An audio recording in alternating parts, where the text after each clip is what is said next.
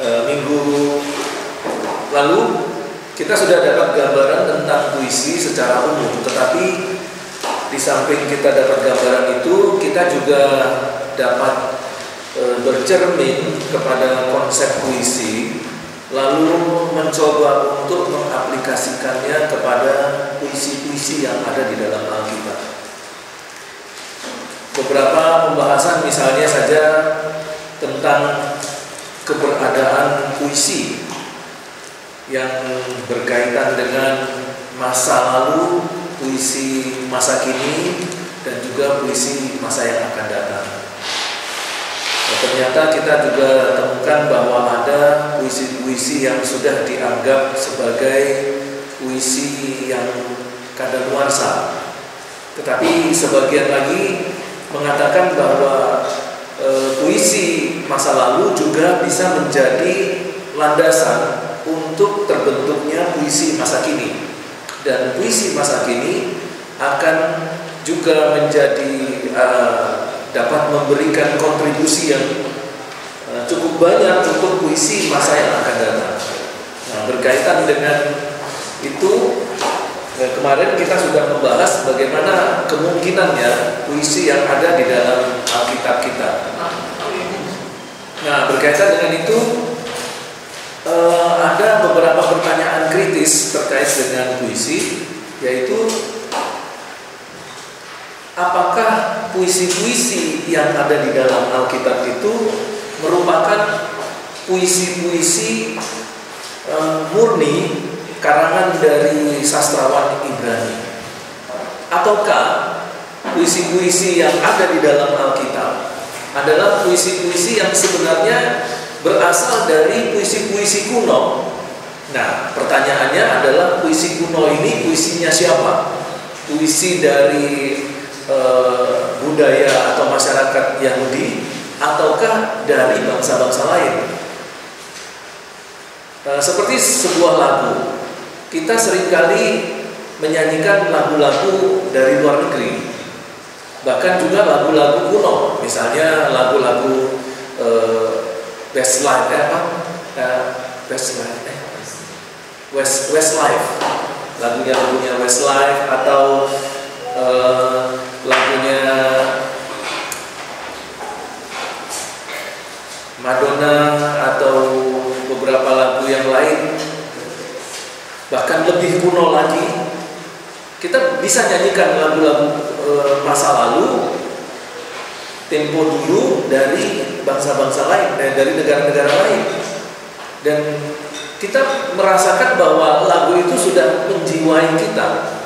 Dan kadang-kadang kalau lagu-lagu bahasa Inggris yang kuno-kuno itu dinyanyikan, seringkali itu menimbulkan memori masa lalu. Kalau saya dengar lagu-lagu tempo dulu ya, bukan dari negara Indonesia, bukan lagu bahasa Indonesia, bahasa Inggris, itu saya bisa teringat kampung halaman saya. Padahal itu bukan lagu daerah, bukan lagu bahasa Indonesia.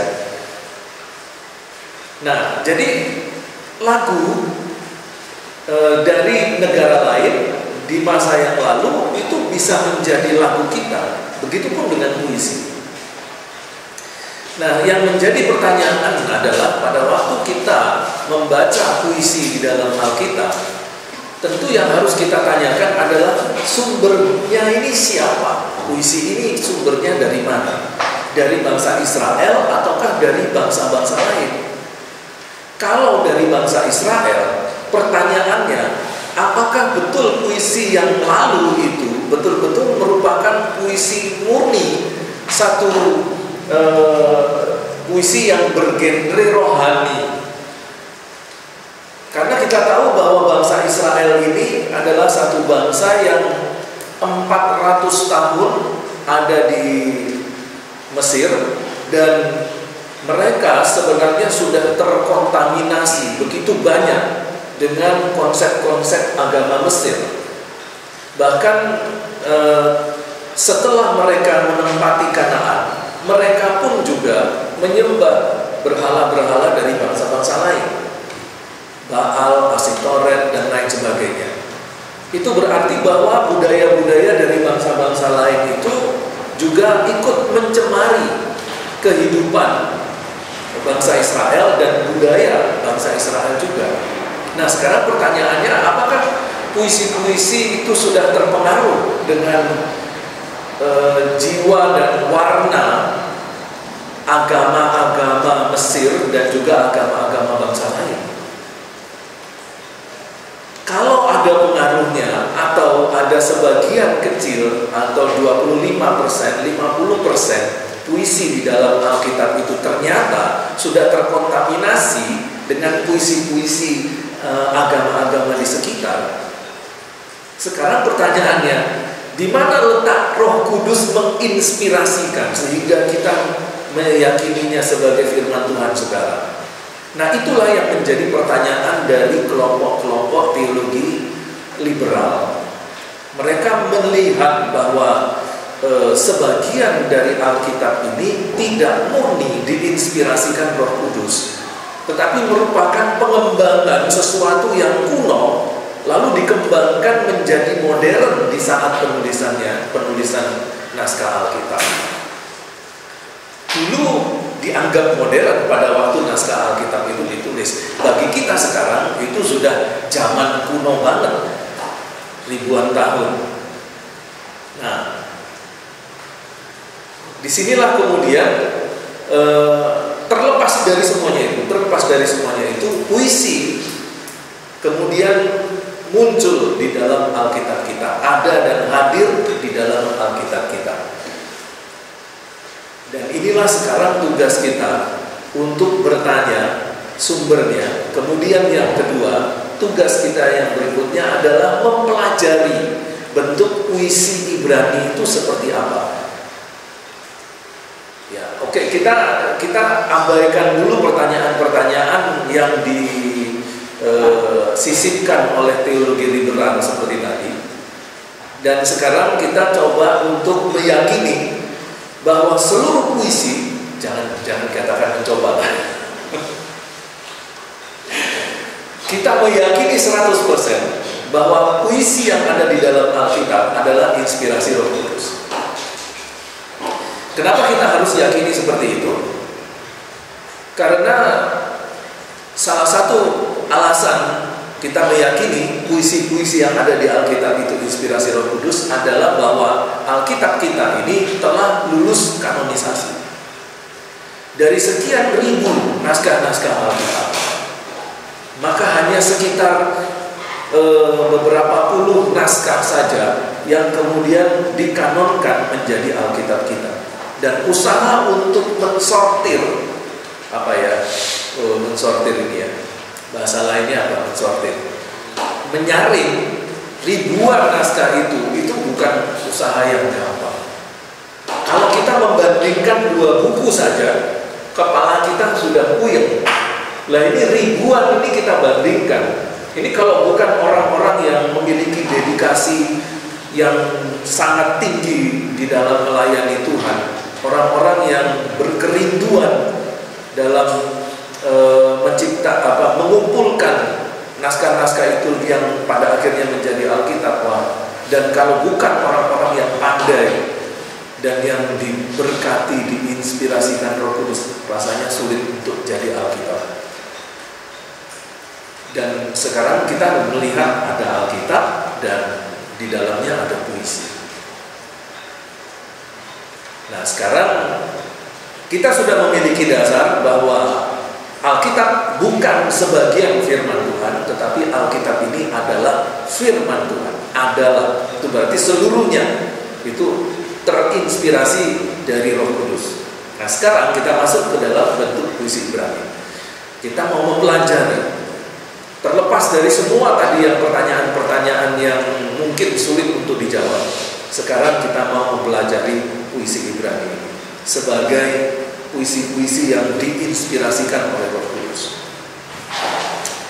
Nah, puisi Ibrani memiliki, ini dia. Kita nggak bisa menutup mata untuk fakta ini, ya, bahwa puisi Ibrani itu memiliki kesamaan dengan puisi Timur Dekat kuno. Di samping mereka ini, yaitu orang-orang Ibrani itu juga masih serumpun dengan orang-orang yang ada di timur dekat kuno, puisi juga akhirnya bisa memiliki kesamaan, atau kalau kita katakan memiliki kemiripan, itu yang paling cocok lah ya, dengan puisi timur dekat kuno, baik dari segi struktur maupun kontennya. Nah, biasanya gini, lagu-lagu yang kita nyanyikan itu mirip-mirip dengan lagu-lagunya Malaysia. Bahkan bahasanya pun mirip, budayanya pun mirip, makanannya juga mirip, orang-orang Malaysia dengan kita. Dan itu berarti bahwa ada kemiripan antara kita dengan Malaysia. Itu berarti juga di dalam penulisan puisi, di dalam penulisan lagu-lagu, genrenya itu adalah genre-genre Melayu. Misalnya lagu Isabella. Pernah dengar ya? Pernah tahu ya? Isabella bergembira, bergembira semua. Bukan gitu ya? Ada yang tahu lagunya? Gimana lagu Isabella? Isabella dadala, itu ya, cuman diplesetin gitu. Isabella bergembira, bergembira. Ya, itu lagu Isabella itu lagu-lagu Melayu. Juga ada lagunya si siapa itu ya, yang dulu Van Houten siapa?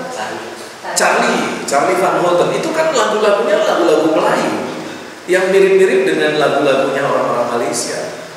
Nah, itu saya analogikan seperti itu. Jadi puisi Ibrani itu memiliki kesamaan. Nah, sekarang persoalannya siapa yang mempengaruhi siapa? Ini yang harus ditanyakan. Apakah puisi Ibrani mempengaruhi bangsa-bangsa lain, ataukah puisi bangsa-bangsa lain mempengaruhi puisi Ibrani? Sampai sejauh mana puisi itu dipengaruhi?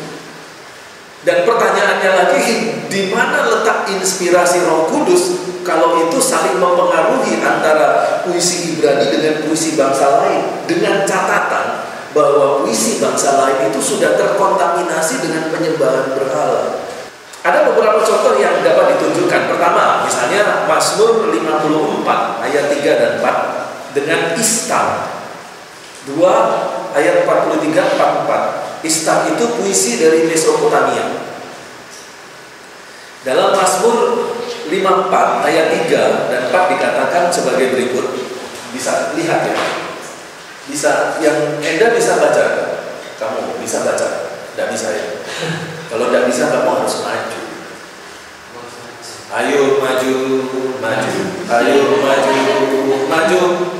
Ayo maju, maju. Nah, kita perhatikan.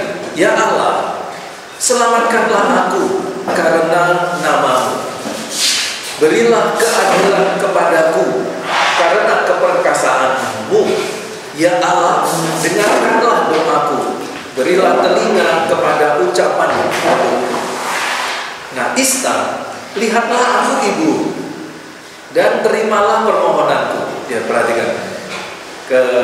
Ya Allah, selamatkanlah aku karena nama-Mu. Dengarkanlah doaku, terimalah permohonanku. Lihatlah dengan setia padaku dan dengarlah doaku. Berilah telinga kepada ucapan-Mu. Jadi ini kalau kita lihat ada kemiripan, cuma diperbaharui, direkonstruksi ulang puisinya sehingga menjadi puisi baru. Tapi sebenarnya dia dari puisi lama sebenarnya. Sama seperti makalah-makalah yang kalian kerjakan. Ya, Maria. Ambil dari makalah orang, direkonstruksi jadi makalah baru. Tapi ini sebenarnya bukan makalah baru. Makalah cuplikan dari beberapa penulis, saudara cuma gabung, jadi makalah baru, dikumpulkan, boleh dapat nilai. Jadi nggak mikir sebenarnya kita itu. Tapi kalau makalah eksegese, itu susah nyonteknya, ya kan? Jadi kalau menulis makalah eksegese itu berarti murni ciptaanmu 80-90%. Kamu murni mikir. Begitu juga dengan skripsi. Skripsi eksegese adalah skripsi murni ciptaanmu. Kamu yang menulis itu. Tapi kalau skripsi yang lain, itu udah ambil ditata. Jadi kita itu menulis skripsi adalah menata pemikiran orang.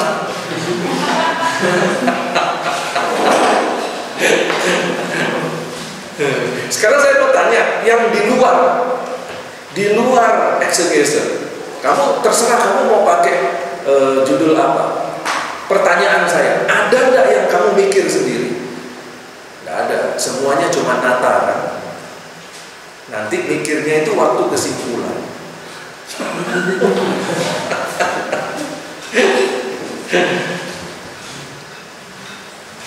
Ya, tapi tetap lulus kan? Lulus. Tapi saya lebih respect kalau yang mahasiswa itu menulis skripsinya itu skripsi eksegese, itu udah pasti mikir dia.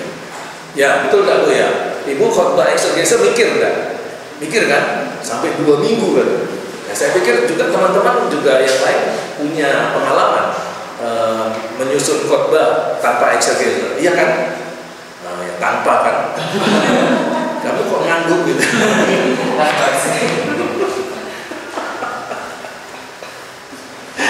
Oke, kita lanjut lagi.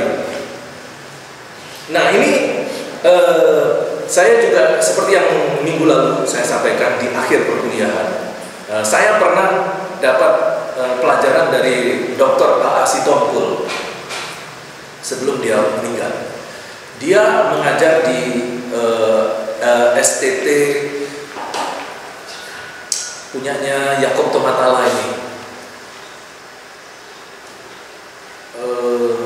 STT apa lagi? Saya lupa lagi. STT Jakarta, di Jakarta. Nah, saya waktu itu memang pelayanan di Jakarta dan ikut kuliah di sana, ambil S2 dulu di STT-nya Yakob Tomatala. Nah, diajarinlah sama A.A. Sitompul. Salah satu materinya yaitu membandingkan Mazmur 92 dengan teks Ugarit. Anda saya lupa, Mazmur 91, 92, apa 93. Yang saya ingat Mazmur 90-an. Dibandingkan dengan puisi dari Mesopotamia, pokoknya di sekitar Kanaan. Saya membandingkan itu, saya sampai bingung. 90% mirip. Hanya beda-beda dikit. 11-12 lah saya katakan. Tapi itu ada di dalam Alkitab. Dan puisi yang sama juga ada di bangsa lain. Dengan catatan notabene NB-nya bangsa lain itu menyembah berhala. Puisi yang 11-12 ada di kitab Mazmur yang kita yakini diinspirasikan Roh Kudus.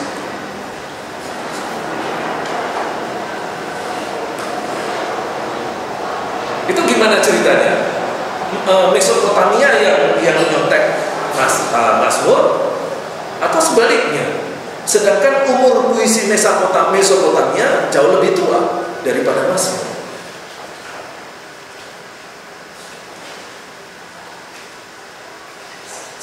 Contoh ini Mazmur 92 dengan teks Ugarit. Ini adalah puisi untuk menyembah Baal. Sebab sesungguhnya musuhmu ya Tuhan, sekarang musuhmu Baal. Mirip, sinonim. Ini kalau kita lihat dalam bentuk puisi disebut dengan puisi sinonimi. Ada kemiripan puisi. Sebab sesungguhnya musuhmu akan binasa, sekarang kau akan membunuh musuhmu. Semua orang yang melakukan kejahatan akan dicerai-beraikan. Sekarang kamu akan memusnahkan musuh. Kalau ini kebetulan, gak mungkin sampai 3 kalimat sama. Kalau kebetulan itu hanya 1 kalimat lah cukup. Tapi ini 1 perikop sama. Dan di dalam satu ayat ini 3 kalimat mirip. Kebetulan? Ataukah pertanyaan yang lebih kritis lagi, Roh Kudus juga menginspirasikan orang-orang di Ugarit sana? Tapi apakah iya Roh Kudus menginspirasikan orang-orang di Ugarit? Kenapa mirip?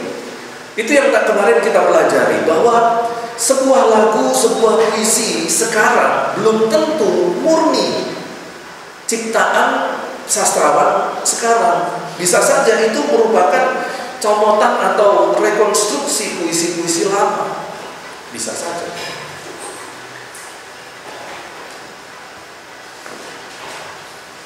Gitu. Sampai di sini ada yang tidak ditanyakan?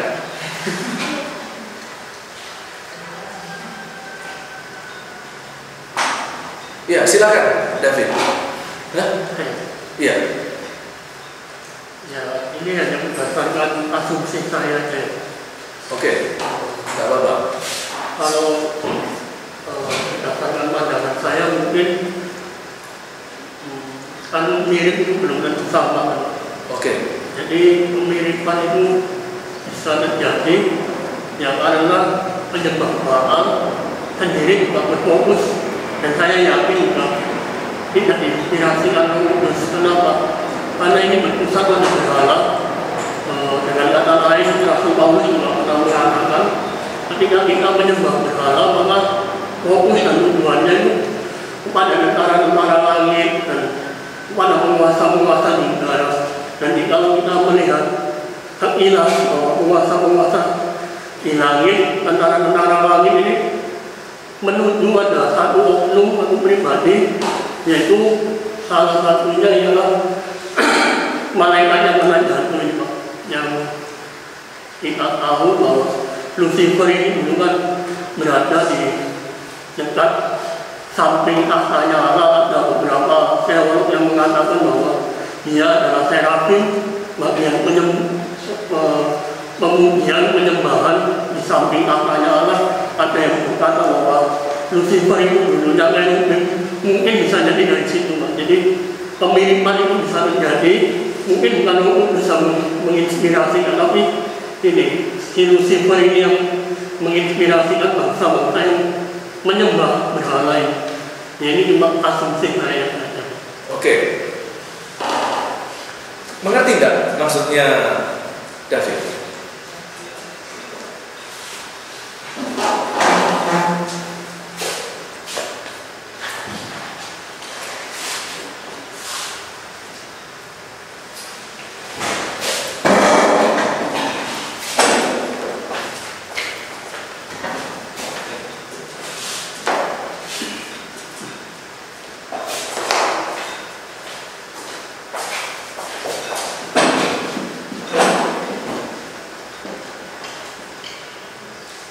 Puisi bangsa lain kita anggap ini, karena ini kan asumsi ya, karena kamu juga tidak baca buku, tidak dapatkan pelajaran juga dari dosen tertentu, ya kan?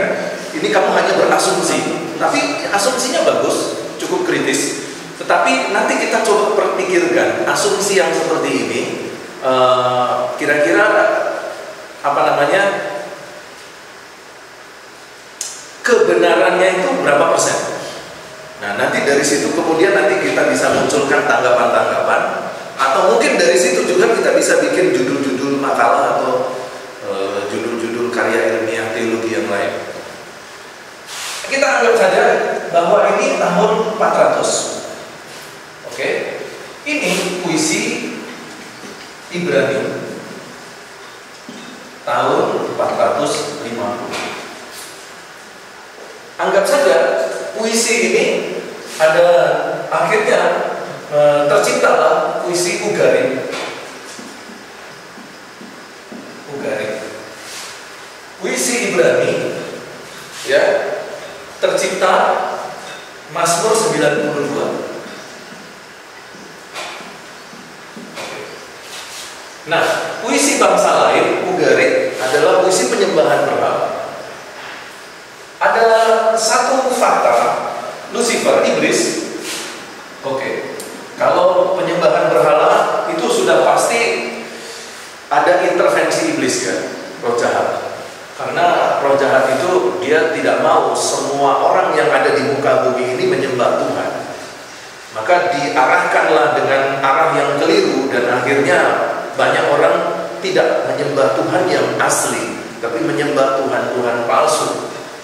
Nah, iblis ini dengan tujuan yang seperti itu ternyata memiliki latar belakang seorang sastrawan, ya, sastrawan surga. Dari mana? Dari mana? Dari Halel, dari kata Halel, Halel atau Helel.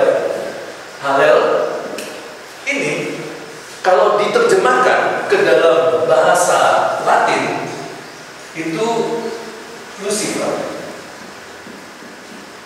Jadi Halel ini Lucifer. Dan Halel ini dalam bahasa Ibrani-nya, Lucifer bahasa Latin, bahasa Indonesianya bintang fajar.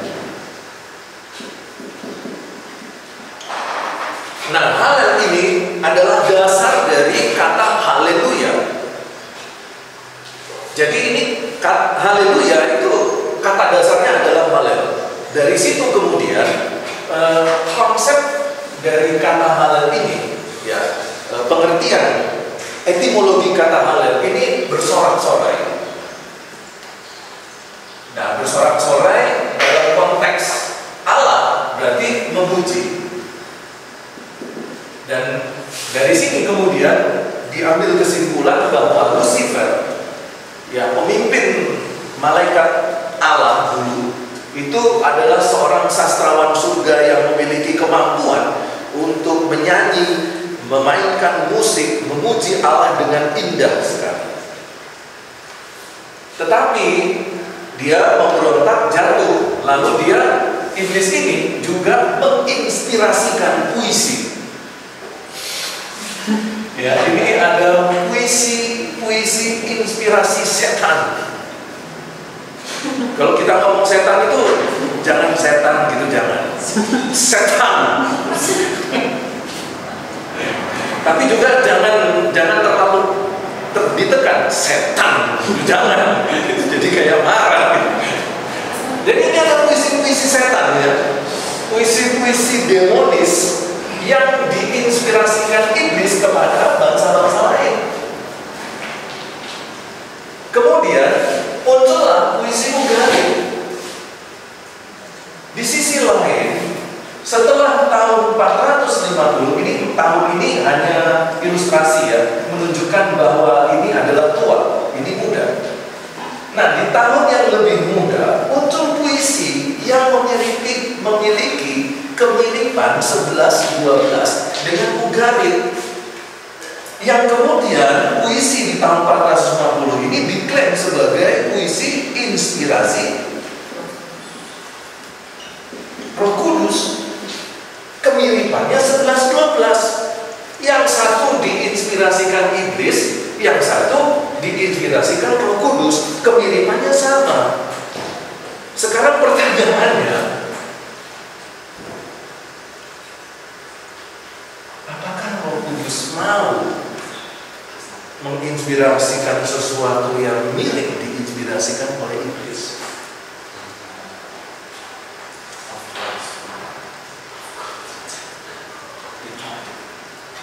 Mungkin lebih tepatnya memulihkan apa? Memulihkan ya.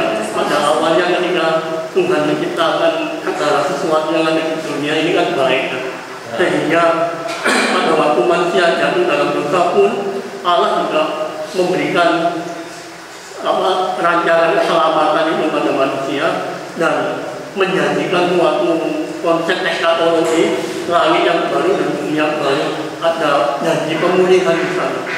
Jadi saya berpikir bahwa pujian itu dipulihkan Tuhan supaya Tuhan ingin menunjukkan bahwa ya ini asumsi saya bisa salah. bahwa seharusnya manusia itu umum pada Allah yang benar itu aja. Ya itu bagus. Tapi ketika ini disandingkan dengan yang mirip tetapi diinspirasikan oleh iblis, bagaimana caranya kita bisa menemukan idenya itu? Satu ide dari iblis, satu dari Roh Kudus, tetapi hasilnya 11-12. Pertanyaannya, yang lebih mudah ini apakah kurang inspirasi? Kekurangan ide gitu.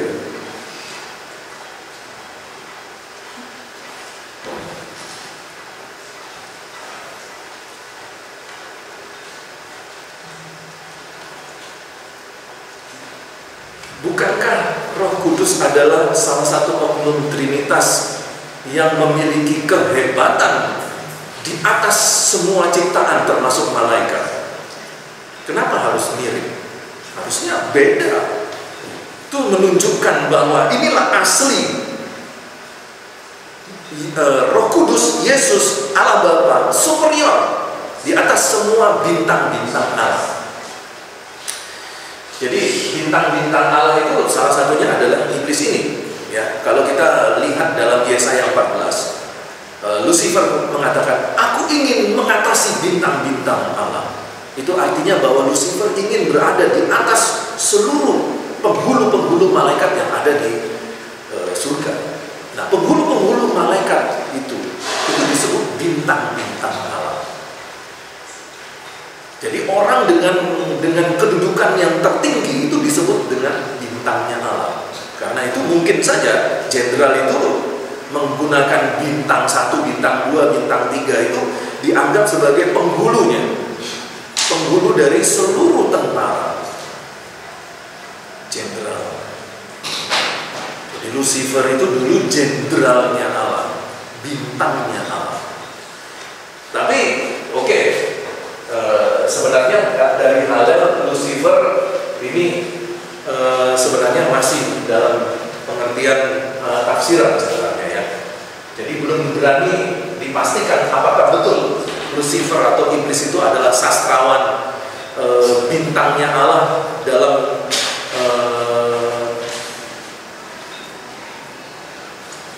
kapasitasnya sebagai seorang sastrawan surgawi yang paling top. Ya, boleh ya, itu sudah diurut-urut. Mungkin muncul baru tanggapan. Ya, Nina, ya, Kesia,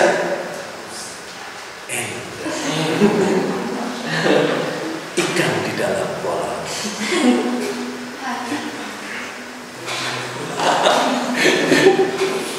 Oke, kita lanjut kalau tidak ada pertanyaan. Kita lanjut. Jadi dapat disimpulkan bahwa kebinasaan musuh itu menjadi penekanan keduanya.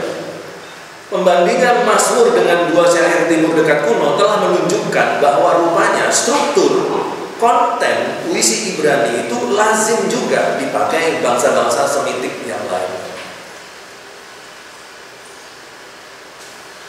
Ya, jadi kalau kita nanti mempersiapkan khotbah dari Mazmur, itu memang satu pekerjaan yang sangat berat. Nanti saya akan memberikan beberapa tips bagaimana nanti kita mengeksegese Mazmur. Saya berharap nanti bisa selesai nanti tips-tips itu sebelum kita meninggalkan ruangan ini. Bukan, enggak berkelanjutan. Nah, ini sekarang mari kita lihat dulu pola-pola metrik puisi. Nah, dari sini nanti kita akan banyak belajar bagaimana cara menafsirkan puisi. Puisi ini dapat dikenali melalui sajak atau rima, ya, dan melalui paralelisme tata bahasa dan juga bahasa. Nah, rima ini adalah berkaitan dengan kesamaan-kesamaan bunyi di dalam bait-bait puisi. Nah, nanti makanya saya memberikan pesan untuk belajar puisi itu kita harus tahu dulu puisi itu seperti apa. Karena nanti ketika kita mempelajari puisi di dalam Alkitab akan muncul banyak istilah-istilah seperti ini, saja, rima, nanti ada banyak lagi istilah-istilah puisi yang lain. Nah, kalau kita sama sekali tidak mengerti puisi, tidak bisa menulis puisi, terus bagaimana kita memiliki keberanian dan kepercayaan diri berkhotbah tentang puisi? Oke, kalau cuma sekedar membaca sebuah buku tafsir lalu kita khotbahkan, bisa-bisa saja. Tetapi yang menjadi pertanyaan adalah apakah Roh Kudus memberikan pesan yang sama kepada si penafsir A dengan saya? Harusnya beda. Karena si penafsir itu orang Amerika, kita orang Indonesia. Audiensnya, artinya objek yang dilayani beda, budayanya beda. Saya yakin sekali inspirasi yang diberikan pengkhotbah di luar negeri dengan inspirasi yang diberikan Roh Kudus kepada mahasiswa di STT Jalan Jeruk itu pasti beda, pasti beda. Ya, kalau cuma sekedar nyuplik dari buku itu lalu kita khotbahkan, pertanyaannya, di mana Roh Kudus menginspirasikan kamu, menitipkan pesan dari Allah untuk kamu sampaikan di dalam khotbah? Kalau itu hanya cuma nyuplik dari buku orang, buku tafsir orang. Nah, kita ini kan melayani Tuhan kan urusannya dengan inspirasi Roh Kudus. Kan ketika kita menyampaikan firman itu kan harusnya firman yang inspirasi yang kita dapat dari Roh Kudus kan. Jadi kalau sekedar nyuplik ya itu bukan inspirasi Roh Kudus, inspirasi si penulis itu. Gimana boleh ya, kok tarik nafas? Silakan kalau mau menyampaikan sesuatu.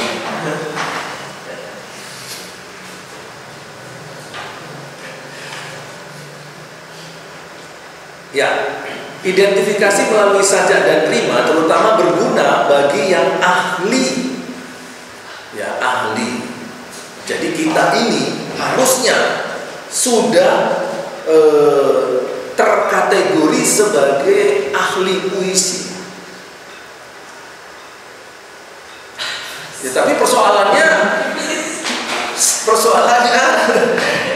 kita sudah umur sekian, sudah belajar di STT sekian semester, baru kali ini mendalami puisi itu betul-betul mendalam gitu loh ya. Bukan cuma di kulit gitu, tapi masuk sampai agak sedikit ke dalam lagi, 1 senti dari kulit. Dan tidak terlalu digunakan bagi para pengkhotbah. Jadi kita tidak akan membahas. Namun pengetahuan dasar mengenai puisi itu penting. Saudara harus punya pengetahuan dasar dalam rangka memampukan pembaca untuk memperoleh sedikit kepekaan mengenai puisi Ibrani. Itu yang saya sampaikan. Jadi kalau saudara membaca puisi itu harusnya seluruh membaca Mazmur, Amsal gitu ya, itu seluruh kompetensi kita terkait dengan puisi itu sudah harus ikut ambil bagian dalam mencerna puisi-puisi di Alkitab. Nah, kalau kita sama sekali blank tentang puisi, lalu kita mengkhotbahkan puisi yang ada di Alkitab tanpa memiliki dasar, wow, itu amazing. Ya, itu amazing. Nggak tahu puisi tapi bisa khotbah puisi, itu amazing. Nah, permasalahannya adalah belum ada seorang pun yang telah menemukan formula untuk mengungkapkan rahasia dari rima semitik. Rima ini adalah bagian utama dari sebuah puisi. Nanti kita akan belajar rima sedikit. Nah, sampai sekarang itu para ahli-ahli teologi yang juga membahas tentang puisi belum memiliki kesepakatan dan belum ada seorang pun yang tahu formula puisi Ibrani itu seperti apa. Nah, banyak aspek yang menyebabkan hal ini terjadi, di mana orang itu banyak yang belum tahu puisi Semitik. Kenapa? Yaitu sejak tahun 70 sampai tahun 1948 bangsa Yahudi nggak ada. Bangsa Israel tersebar ke seluruh dunia. Bangsanya sendiri tidak ada. Jadi tidak ada satu lembaga pendidikan atau tidak ada satu departemen di dalam pemerintahan Israel yang memelihara puisi kuno, ya, kemudian perkembangan puisi dari zaman ke zaman. Tidak ada yang pelihara. Kenapa? Bangsanya hilang. Betul-betul hilang. Tidak ada Israel selama ribuan tahun. Tapi kemudian tahun 48 diproklamasikan negara Israel, baru di situ ada lagi. Ada lembaga pendidikan, mulai lagi dihangatkan semua konsep-konsep Yahudi dan termasuk juga puisi yang terbenam ribuan tahun. Jadi akhirnya belum ada seorang pun yang dapat menemukan formulanya, termasuk juga para rabi-rabi Yahudi. Nah, ataukah mungkin kita masih belum menemukan ada orang yang tetap memelihara? Nah, itu kita sampai sekarang ini belum ada informasinya. Tapi di kalangan para teolog belum ada yang betul-betul paham formula puisi Semitik, puisi Ibrani. Makanya kalau saudara dikasih topik khotbah dari Mazmur atau Amsal, itu harusnya saudara keluar keringat sebesar biji jagung, harusnya. Ya, teolog yang sudah tertinggi pun masih mengakui belum mampu menemukan formulanya. Nah, kita sudah dengan yakin mengkhotbahkan.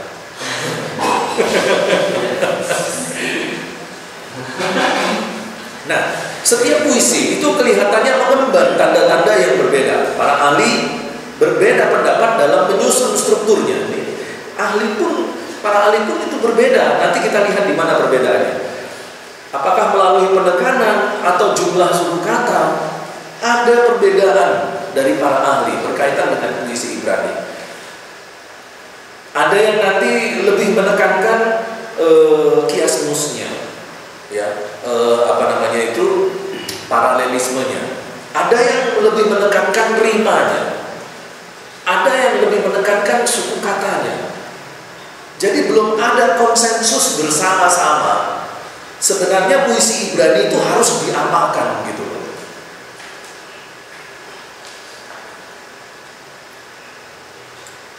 Nah, keduanya bergantung pada pengetahuan mengenai bahasa Ibrani dan mengenai fonetik, ilmu bahasa.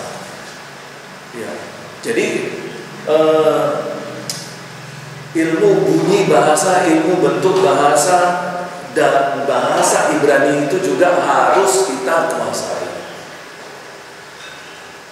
Jadi seperti yang kemarin saya sampaikan, bahwa salah satu dasar yang paling utama di dalam pembentukan puisi itu adalah bahasa.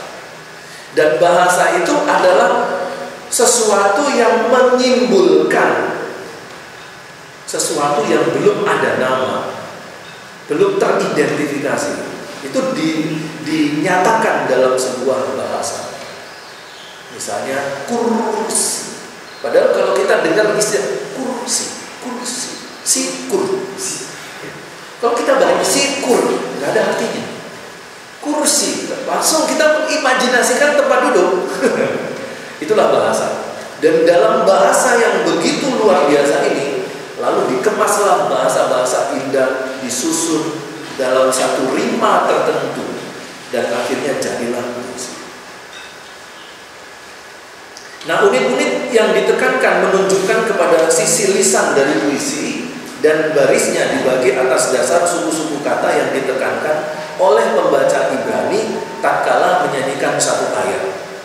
Jadi orang-orang Ibrani itu ketika dia menyanyikan sebuah ayat, dia memperhatikan puisinya, suku-suku katanya, tekanan-tekanan suku katanya, itu di mana dan bagaimana cara menyanyikannya.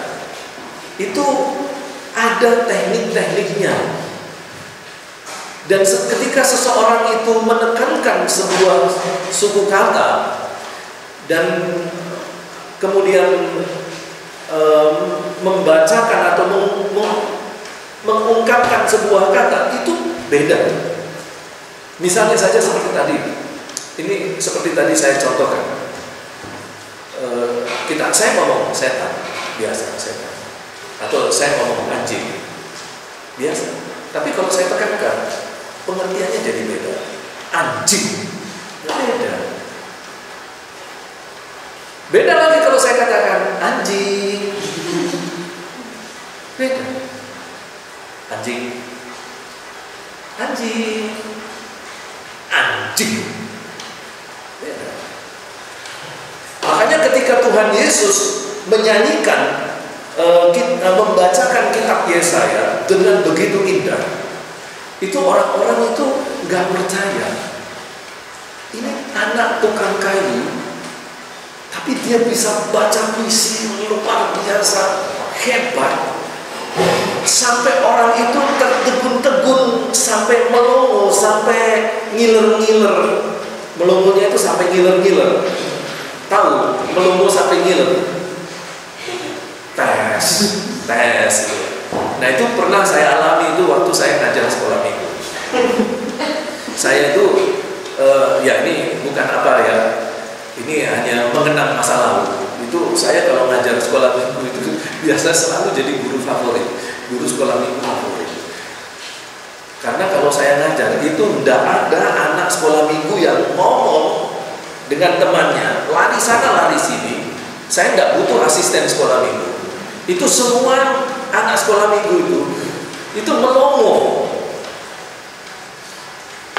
Sampai saya melihat ada anak itu, beberapa anak itu sampai ngiler saking melongonya, memperhatikan saya mengajar, menyampaikan cerita.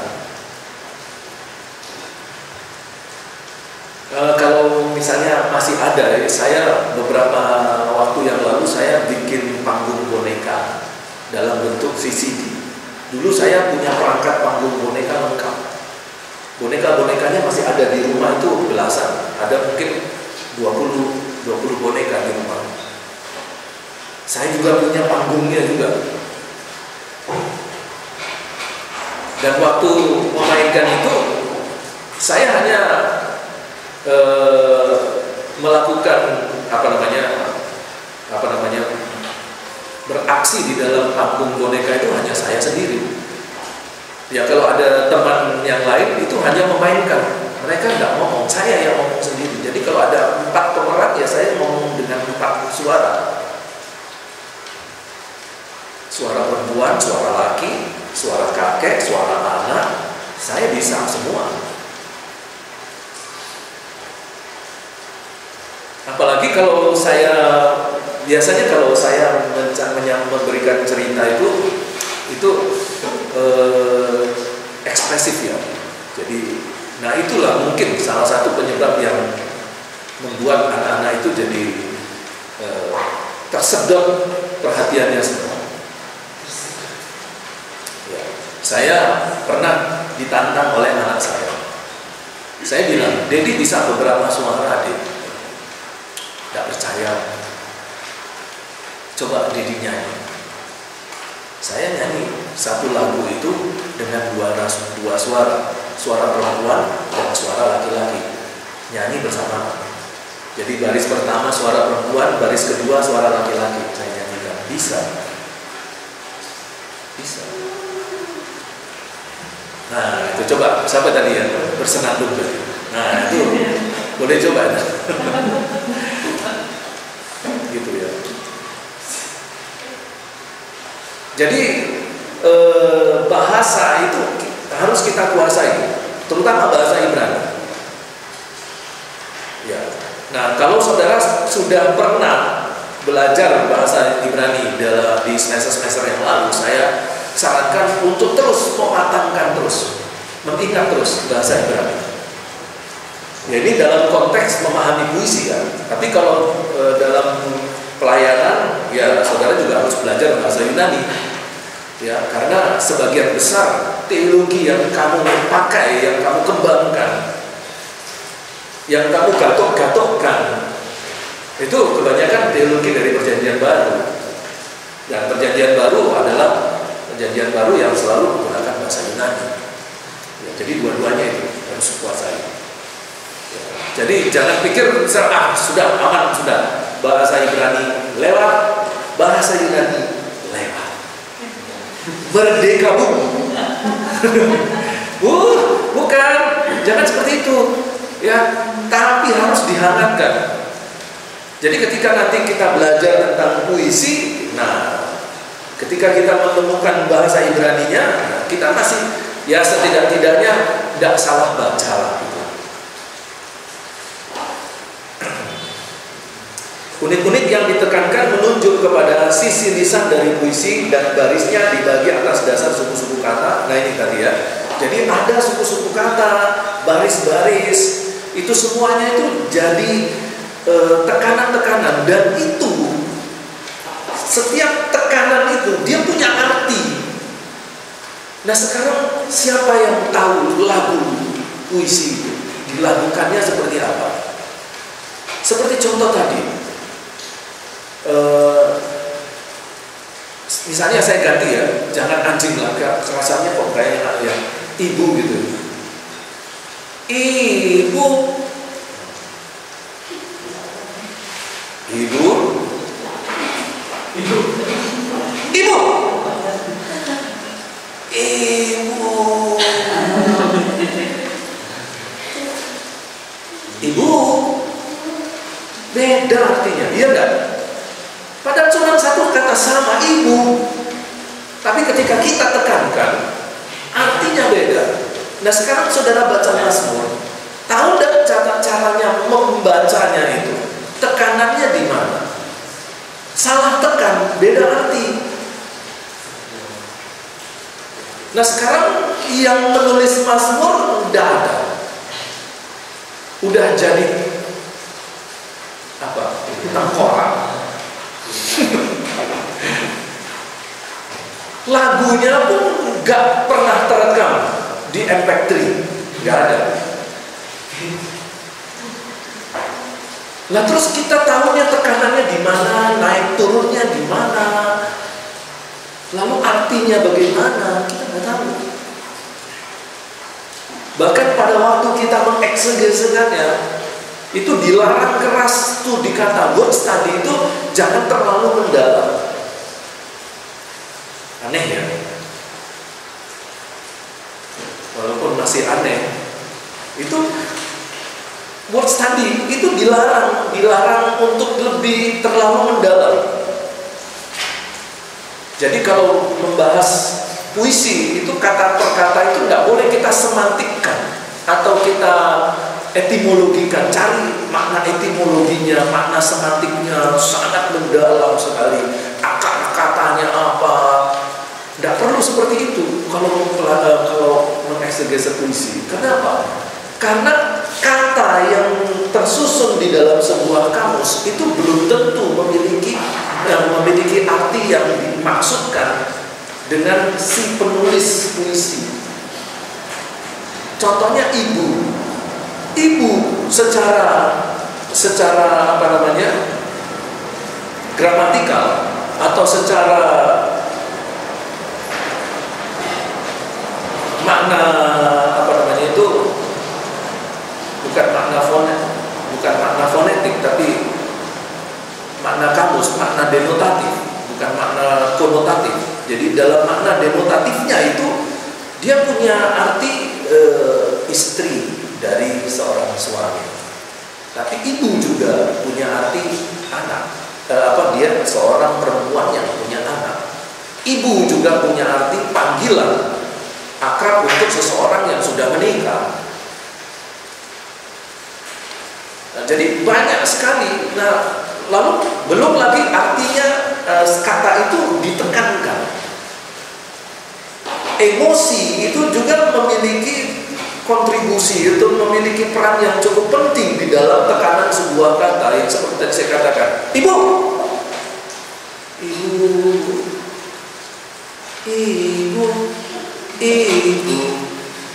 sini yo, itu kan beda. Jadi emosi marah menyebut ibu beda, emosi manja beda, suasana juga moodnya juga beda.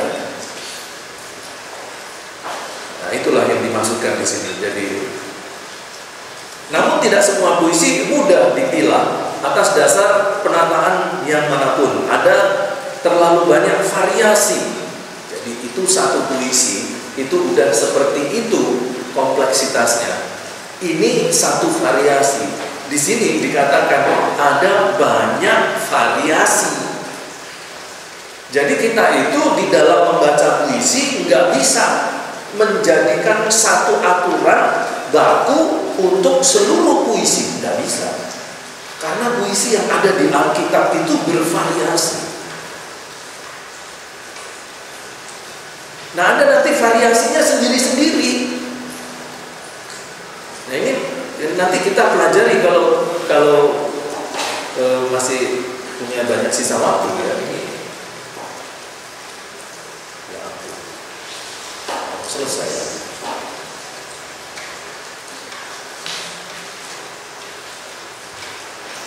Dan tiap puisi di dalam kitab suci itu harus dipelajari berdasarkan nilainya. Setidaknya kita dapat mengatakan bahwa rima merupakan tanda-tanda utama untuk mengenali puisi Ibrani. Dengan menggunakan baris-baris penekanan. Nah, inilah rima ya. Jadi kita menekankan baris-barisnya, kemudian ada pola rimanya 22, 32, 23. Jadi misalnya 22 itu rimanya bisa di awal, bisa di akhir. Jadi nanti di akhir itu A atau B. Nanti bisa juga di kalimat bagian depannya bisa AA, bisa B.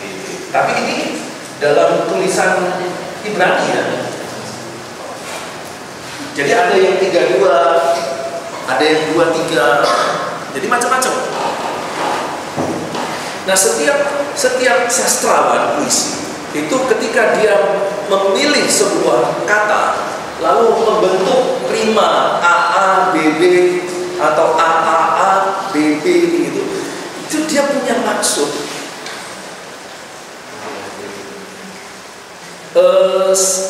Seperti kalau kita ada puisi kuno Indonesia yang salah satu bentuknya itu pantun gitu ya.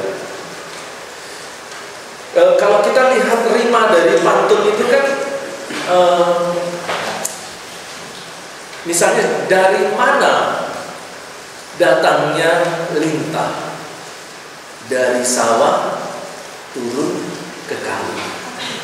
Dari mana datangnya cinta, dari mata turun ke hati.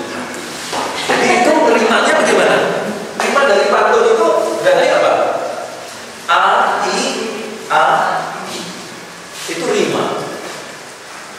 Nah, ketika seorang menulis pantun, dari mana datangnya lintah, dari sawah turun ke kali, dari mana datangnya cinta, dari mata turun ke hati. Nah, ini dua hal yang dibuat dengan pantun yang indah, dengan rima AI, AI, tetapi juga di sini ada semacam perbandingan, ya, atau bahasa kiasan yang memperbandingkan. Jadi lintah itu dia dari sawah, dari tempat yang tinggi turun ke tempat yang lebih rendah. Cinta itu dari mata yang letaknya di atas turun ke hati yang di bawah. Nah, itu ada perbandingannya.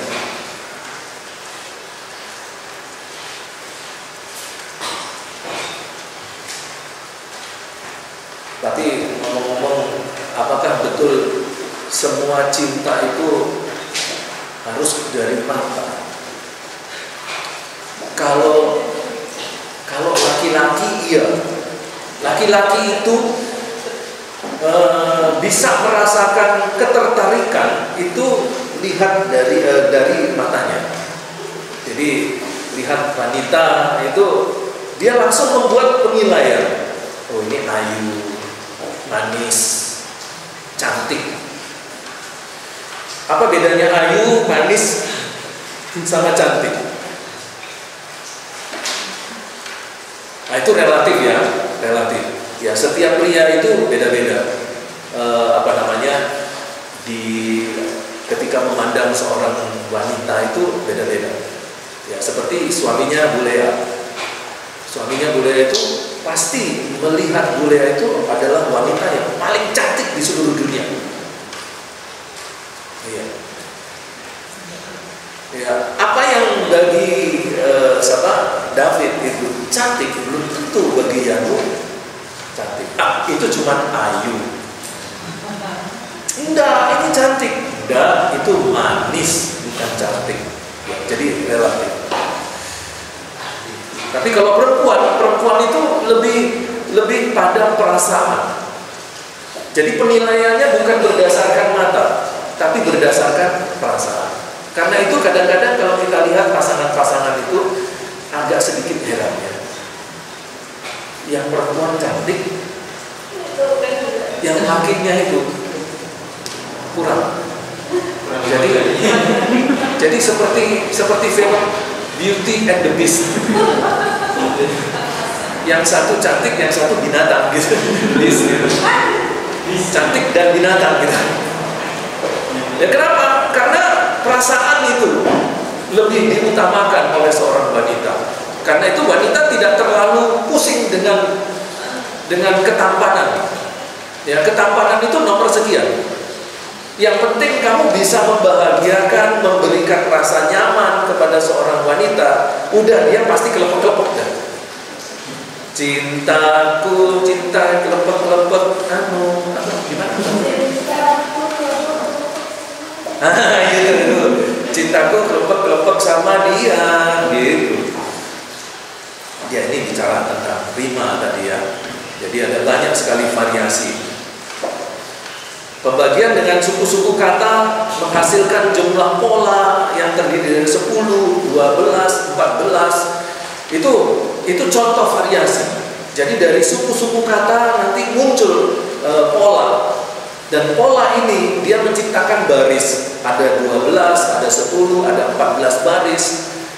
Seperti contoh misalnya baris-baris yang terdapat di dalam Mazmur 103 sampai 5 baris. Itu selalu ada ide sejajar.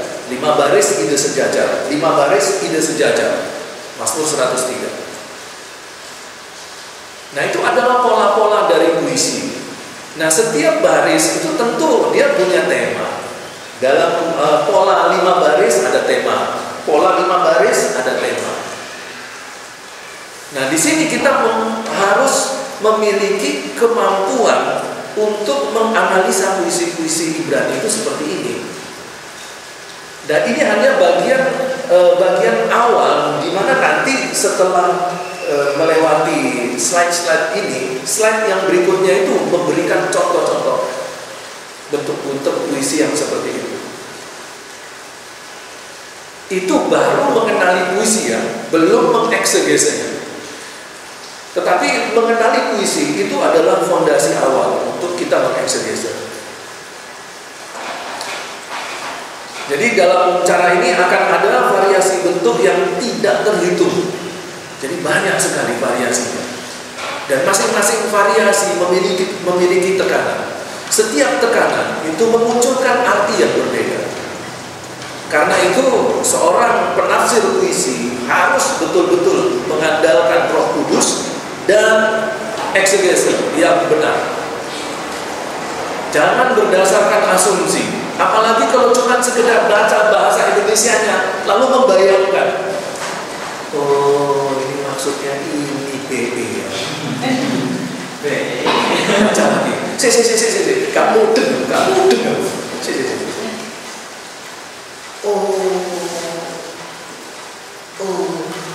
Dan tapi dari bahasa Indonesianya aja. Wah itu kalau dengan cara seperti itu terus jadi khotbah, wah itu apa namanya, amazing. Oke. Singkat kata, seorang penafsir tidak berani mengenakan lebih banyak makna kepada istilah individu. Jangan menggunakan makna istilah individu, tapi harus memikirkan keseluruhan. Nah ini dia, itu yang saya katakan. Jadi istilah-istilah yang berkaitan dengan individu, yang dalam istilah individual itu tadi, seperti contohnya word study tadi. Jadi kalau kita membaca Mazmur, misalnya saja, pujilah Tuhan hai jiwaku, pujilah namanya hai segenap batinku. Lalu kita mulai pikir, apa etimologi dari jiwa? Apa etimologi dari batin? Wah ini kita nanti kesulitan nanti. Karena sekalipun kita menemukan makna etimologi dari jiwa, belum tentu makna etimologi itu yang dimaksudkan oleh sastrawan itu. Karena kita nggak tahu bagaimana cara menekankan kata jiwa itu dalam bahasa Yunani. Ditekankannya seperti apa? Seperti yang saya tadi contohkan. Bilang ibu itu menekankan berbeda, arti sudah berbeda. Jangan kamu pikir jiwa itu memiliki arti kamus ya, arti denotatif dari kamus, oh sudah seperti itu. Lalu kita masukkan, saudara-saudara, jiwa itu secara etimologi artinya sesuatu yang dalam sekali. Wah, gaya dia pakai dalam, tapi salah dia eksegesinya. Karena belum tentu jiwa yang seperti itu yang dimaksudkan penulis puisi. Makanya jangan ambil satu kata. Kalau menafsir puisi harus melihat secara keseluruhan. Satu bait itu, nah itu kamu dapatkan maknanya satu bait, daripada kamu menekankan kata per kata. Jadi disintakskan, kata dapat arti etimologinya, dicari sintaksisnya. Kata jiwa, batin, dicari etimologinya di dalam kamus, dimasukkan dalam sintaksnya. Nggak bisa begitu kalau menafsirkan puisi. Ya, di sini disarankan jangan terlalu berlebih-lebihan menekankan istilah-istilah individu, tapi keseluruhan Mazmur itu yang harus kita perhatikan. Studi-studi kata tidak menentukan di dalam Mazmur. Jadi seperti yang tadi saya katakan, studi kata itu tidak menentukan. Kita menemukan kata ibu dalam Mazmur, dalam kamus, kita menemukan arti makna kata ibu di dalam sebuah kamus, belum tentu arti itu yang dimaksudkan oleh penulis. Apalagi kalau nanti kita bicara tekanan, kita bicara emosi, kita bicara bagaimana menyanyikannya, itu luar biasa sekali. Seperti contoh, ini sedikit tentang lagu-lagu rohani. Ada satu aspek yang harus dipahami tentang lagu rohani, bahwa ketika kita menyanyikan lagu-lagu rohani berkaitan dengan alam, itu harus solmisasinya tinggi. Tetapi ketika kita bicara tentang dosa, itu solmisasinya harus rendah. Contoh, ada salah satu gereja yang mendaraskan doa Bapa Kami, menyanyikan, dilakukan doa Bapa Kami itu. Dan sebagian besar saya lihat pola pendarasannya sudah benar. Contoh, Bapa Kami yang ada di surga, naik. Jadi Bapa Kami yang ada di surga. Surga itu kan tempatnya tinggi, jadi solmisasinya juga harus naik. Bapa Kami yang ada di surga, dikuduskanlah namamu, datanglah kerajaanmu, Ketika bicara tentang Allah, ketika kita bicara tentang kerajaannya, itu solmisasinya harus tinggi. Tapi ketika kita bicara tentang manusia, tentang dosa, tentang kelemahan, solmisasinya harus rendah. Nah, nanti coba perhatikan lagu-lagu rohani, ketika dia bicara tentang dosa, nadanya tinggi enggak? Dosaku, kok dosa kok nadanya tinggi? Harusnya apa? Dosaku disucikan oleh darahnya. Nah, jadi naik darahnya. Tapi ketika bicara dosaku disucikan oleh darahnya, nah itu betul. Dosaku disucikan oleh darahnya. Keliru. Nah itu cara untuk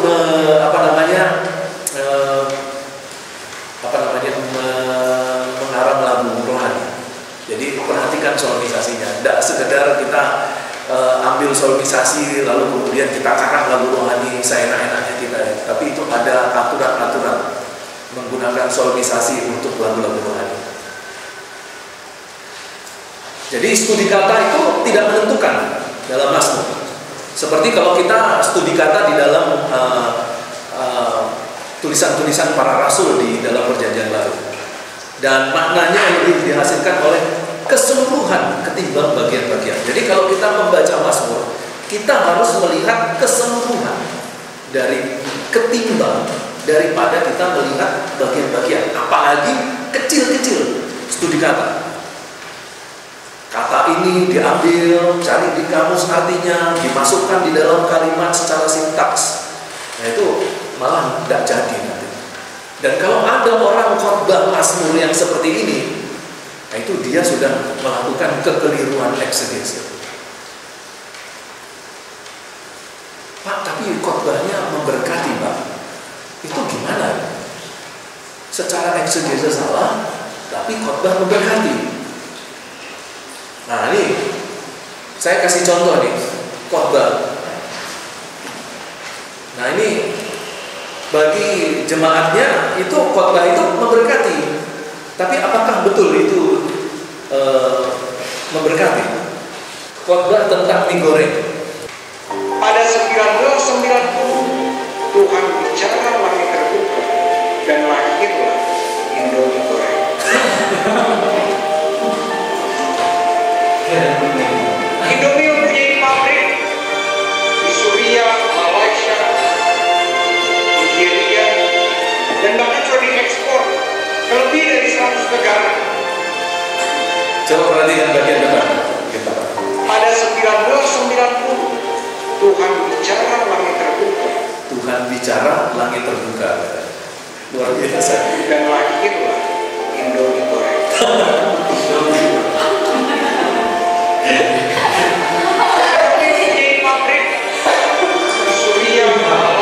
Ini anaknya Gilbert ini.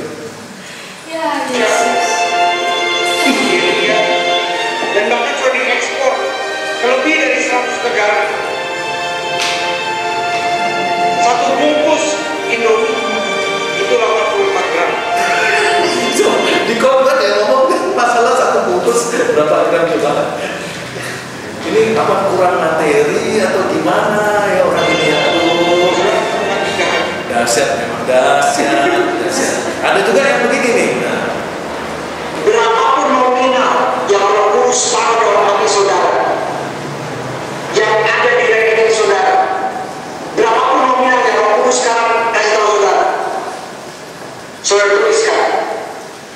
Saudara tulis nominal sekarang. Saya akan tahu sedemikian sesuai dengan yang Roh Kudus perintahkan, ya. Sesuai dengan yang Roh Kudus tuntut. Tuliskan nama Yesus. Setelah saudara tulis, sekarang saya mau saudara angkat sama-sama kertasnya. Saudara lipat, jangan terlihat di sini ya. Angkat kertasnya, terlihat di kamera sama-sama.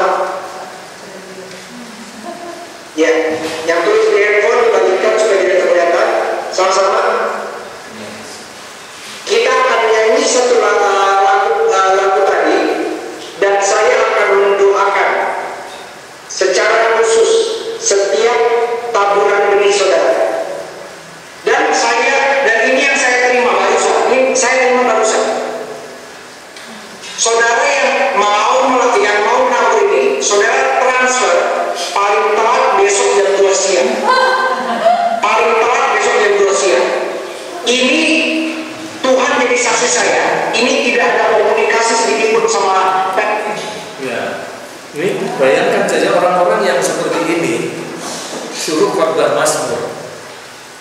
Aduh. Ya, tapi terus Pak ini gimana Pak? Ya, eksegesenya salah, tapi dia jadi berkat. Nah itu yang saya katakan. Inilah orang-orang Kristen, masyarakat Kristen yang terus-menerus minum susu.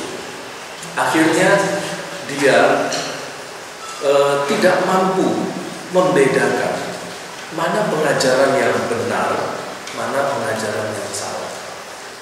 Kenapa? Karena mereka berpikir, ya saya seperti ini saja sudah cukup. Untuk apa belajar lebih dalam?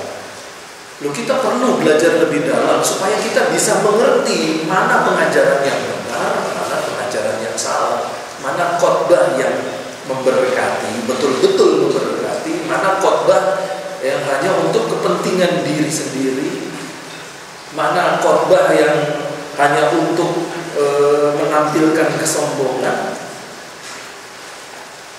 Kita bisa tahu. Tapi ada banyak aspek, salah satu aspek yaitu kultus individu. Jadi kalau sudah mengkultuskan pendeta, termasuk juga anak pendeta, walaupun dia khotbah Indomie, tetap jadi berkat. Tapi berkat yang seperti apa? Kalau kita perhatikan ya, kita berpikir Kristus. Pada akhir zaman akan muncul banyak nabi-nabi palsu. Ada banyak pengkhotbah-pengkhotbah palsu. Bahkan Tuhan Yesus katakan, nanti ada orang berkata, ada Mesias di sini, ada Mesias di situ. Sekarang pertanyaannya, apakah ketika mereka itu yang disebut nabi palsu, pengkhotbah palsu, Mesias palsu, ketika mereka berkhotbah, itu memberkati tidak? Berkati. Orang-orang yang mendengar khotbah mereka itu merasa diberkati, tapi diberkati yang seperti apa? Bahwa ternyata yang ngomong itu semuanya palsu. Guru palsu, nabi palsu, pendeta palsu. Tapi memberkati yang seperti apa? Tuhan Yesus bilang, pada akhir zaman akan banyak yang berseru-seru, Tuhan, Tuhan, bukankah kami bernubuat demi nama, mengusir setan demi nama, melakukan banyak mujizat demi nama. Perhatikan, mengusir setan, melakukan tanda mujizat, bernubuat. Ini kalau ada orang mempunyai 3 karunia ini, pertanyaan saya, pelayanannya padat nggak? Padat. Pasti diminta khotbah di mana-mana. Kita kalau minta jadwal 3 tahun baru dapat jadwal juga. Tunggu 3 tahun. Jadi antrinya dia khotbah di gereja kita tunggu 3 tahun. Tapi Tuhan Yesus bilang apa sama pengkhotbah seperti ini? Enyah dari hadapanku, hai kamu semua pembuat kejahatan. Tapi mereka ini yang dilihat oleh Tuhan pembuat kejahatan, mereka berkhotbah, yang dengar bilang apa? Diberkati. Oh, saya diberkati. Lalu saya disembuhkan. Sama siapa? Ini pendeta ini. Tapi sama Tuhan pendeta ini dibilang apa? Pembuat kejahatan. Lalu di mana letak diberkati?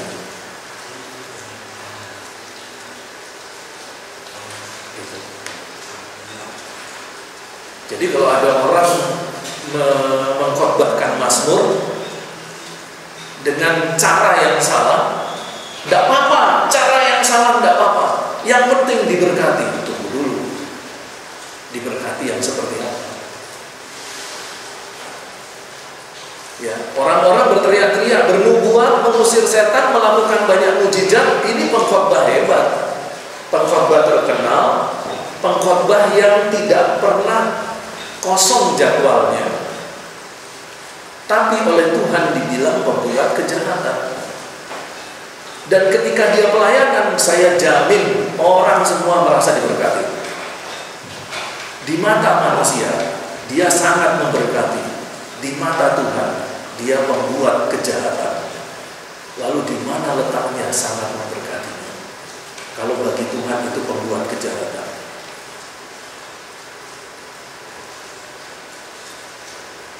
Nah, tapi untungnya itu tidak ada di mahasiswa kita di STTR. Itu di tempat lain.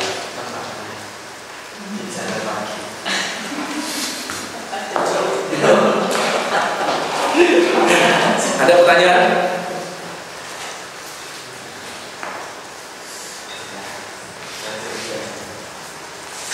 Maaf Pak, kalau itu berarti kata-katanya itu juga harus diedukasi. Dan saya sering waktu ya Pak. Iya. Amsal contohnya ya Pak. Berkaitan yang menjadikan kaya, usaha yang tidak membayar. Karena kan banyak bantuan itu ya itu bahasa kita berjenjang hanya satu ayat itu. Ya. Itu maksudnya gimana ya? Tanya itu. Nah, kalau kita bicara Amsal ya, sebenarnya Amsal itu termasuk bagian dari puisi. Itu salah satu genre puisi itu adalah Amsal tadi. Jadi seperti tadi sama. Ketika kita membaca Amsal, kita nggak bisa kita melihat satu ayat, satu kalimat, lalu kita gali. Apalagi hanya berdasarkan bahasa Indonesianya, nggak bisa. Kita nanti akan mengalami banyak kesalahan-kesalahan tafsir. Dan kalaupun kalimatnya itu seolah-olah terdengar sangat teologis, yang menjadi masalah adalah belum tentu itu yang dimaksudkan oleh penulis Amsal. Belum tentu. Nah, sekarang yang harus kita kejar adalah menemukan Amsal itu di mana yang letak inspirasi Roh Kudusnya itu di mana. Itu yang harus kita temukan pada saat kita mempersiapkan khotbah. Tapi kalau kita hanya berdasarkan analisa pribadi, lalu kita khotbahkan, bisa. Itu sangat bisa. Tapi itu bukan pekerjaan Roh Kudus. Itu khotbah hasil pikiran manusia, bukan hasil pikiran Roh Kudus. Dan hal itu kita nggak perlu kita kejar yang seperti itu. Yang kita perlu kejar itu adalah kita berkhotbah dalam persiapan di mana kita menemukan inspirasi Roh Kudus. Kalau dia seperti tadi, satu Amsal, satu dibahas berjam-jam. Apalagi kalau seperti tadi, dia berdasarkan kata kaya, lalu apa itu kaya itu terus dia kembangkan kaya seperti apa, lalu dia kaitkan kaya itu dengan kekayaan dia di dalam perjanjian baru, kekayaan itu misalnya kekayaannya Ayub, kekayaannya Abraham dan lain sebagainya. Waduh, itu berantakan itu menurut saya eksegese. Itu kekeliruan eksegese, tetapi dikemas sedemikian rupa dengan kalimat-kalimat yang secara teologis betul juga ya. Iya betul juga ya. Tapi sebenarnya salah, gitu. Betulnya di mana? Seperti yang tadi saya contohkan, dia pengkhotbah hebat, tapi pelaku kejahatan di mana Tuhan? Lalu diberkatinya di mana? Betulnya di mana? Itu yang bisa dikatakan betul yang semu, kebenaran yang semu. Saya merasa diberkati yang semu, bukan benar-benar diberkati dalam konteks di mata Tuhan. Nah, tapi kalau kita kemudian komplain, misalnya kita katakan sesuatu yang seperti saya sampaikan ini di jemaat itu bisa ngamuk mereka. Enak aja lu bilang ya, emangnya lu yang paling benar di muka bumi ini ya.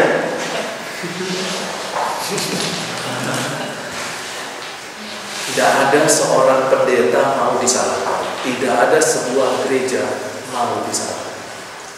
Tetapi kalau saya nasihati kepada kalian harus siap sedia untuk disalahkan.